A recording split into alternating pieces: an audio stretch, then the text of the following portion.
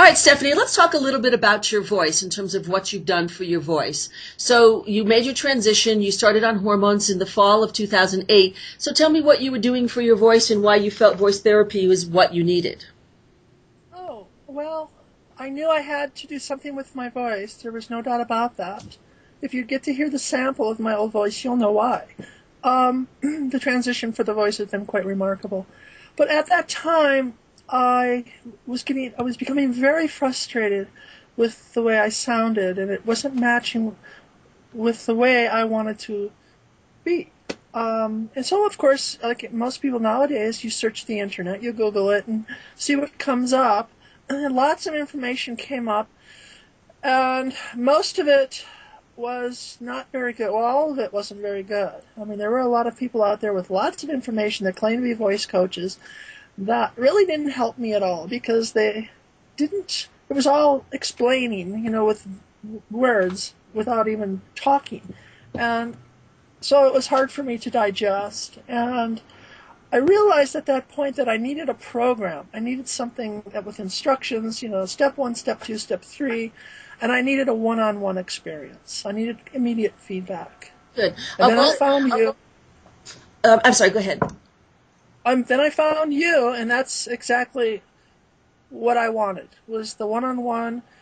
And you do it on Skype, so you don't have to be where you are. And it's been wonderful. Yeah, in fact, we haven't met face-to-face yet. That would be fun. I can't wait for that opportunity. Yeah. No, it'll be fun. Yeah, and we're Facebook friends now because you do a lot of traveling, and so you're also my little travel agent. Give me tips of the places you've gone that I'm going to be going to visit too. You're great. Let's talk a little bit about your voice therapy, and if there's a couple of techniques or tools or things that kind of really clicked in for you to help you with your voice. Certainly. Well, of course, the one-on-one instant feedback or immediate feedback helped a lot. Just having somebody tell me, well, you need to be working on this part of your voice. Now, pitch was not terribly difficult. That was fairly easy with a constant going. Over your first CD, I would do that as I drove, and that worked out really wonderfully. And then the next difficult thing was resonance. Trying to first find out what that word meant, it really meant, and then how to achieve it. But I think the most useful thing, or the thing that's really helped me a lot, or the most, is the melodic intonation and the way I pronounce each word, rather than stumbling or mumbling through each word, just getting through the word as short as you can, actually pronouncing the word in its full form. Good to know. Yeah. And so I'm going to put up on this video the passing pyramid as a colleague and friend of mine, Jamie Kaufman, who's a world-renowned ear, nose, and throat doctor in New York City. It's her slide, so I want to credit her, and I'll put her website up too. What are your thoughts on this pyramid, where face and hair is one of them, voice and diction, gestures and demeanor, and size, shape, and body language? So give me your thoughts on how you might rate those 4 things. Oh, well, rating something like that is extremely difficult. I really can't put a number or a letter to each one of importance. Mm-hmm. I think each one is as important as the whole. One does not work without the others. You need them all. Certainly, first impressions are probably the most important for you to pass.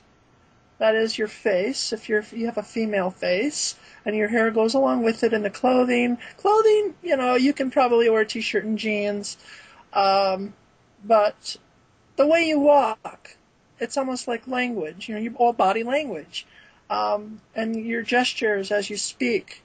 But as soon as you do speak, and a female voice doesn't come out of that beautiful head, then you're going to start to be analyzed by that person you've approached. They're going to go, oh, wait a minute, something's wrong. Oh my God, look at the size of that person's hands.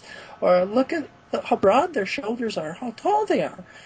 And then they're starting to pick you apart now, trying to figure out what you are. And now you've lost it. Mm-hmm. I don't think you're going to pass. But now if you have the same appearance, and then your voice matches that, then you've succeeded.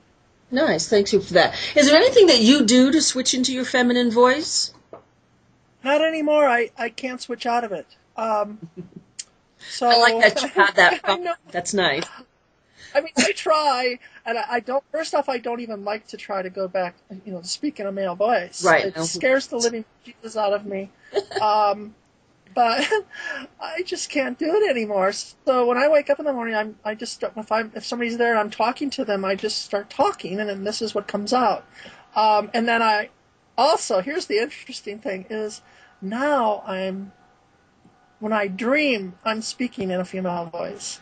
I think that's so significant. Really start. Yeah, and I dream a lot, so maybe that helps me a lot. Maybe it's like I'm learning when I'm dreaming.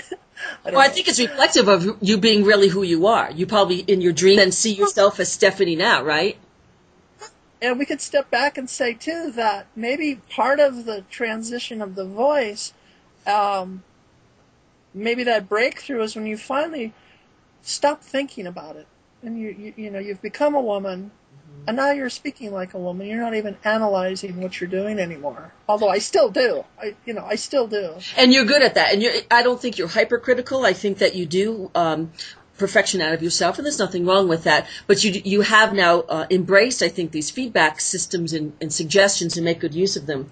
But one of the things that I wanted to mention is that there was a moment of breakthrough, and there was some kind of a shift that happened in you, and it was almost like you stopped trying to be a woman and you sort of became the woman. Tell us a little bit about that breakthrough. Oh, yes, Kathe, that wasn't very long ago either, I don't think, because it was, I think, our last session, the session before, that you mentioned that, and I hadn't even noticed it. And I think there's some truth to that, but I also think it's somehow my voice has gone into that mixed voice. The high chest voice and the falsetto has come together a little bit. I think before that I was afraid that I sounded too squeaky or like Tiny Tim or somebody. And I started to play with it on the telephone. And then I've discovered recently in the last few months that I don't get served on the phone anymore. And I think that's the key because they can't see your face. Mm-hmm. They can't see everything else. All they hear is that voice. Yep. And if they say, just a minute, ma'am, let me check on that, then, your heart just leaps with joy. Right. And let me also say that we started in December of 2008, and this is your third course that you're on right now. Most people want to, and that's fine, and I appreciate, again, your diligence with wanting to perfect yourself. And so what we're working on right now, and in our next video segment, we're going to do that, and that is working with that mixed voice, which comes from the new CD, the Beyond the Fundamentals, the Next Dimension, which is when you've done as well as you've had, but there's still a little something more to do. It's the mixed voice that brings you there.